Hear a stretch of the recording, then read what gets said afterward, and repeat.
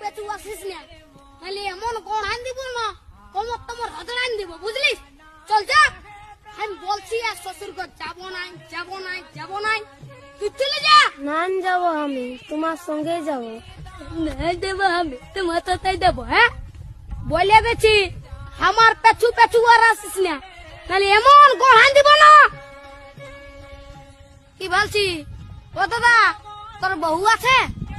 হ্যাঁ, নাই গো কেন? ওই জন্যই শান্তি হিরোর রকম ঘুরে বলছিস। আমাকে দেখ, আমার আলোক কিটিয়া পেছনে পেছনে, আমার পেছনে পেছনে আসছে, বুঝলি? দেখ তো কোথায় যাবে বউটা? তোর পেছনে পেছনে যাবে নাহলে কি আমার পেছনে আসবে?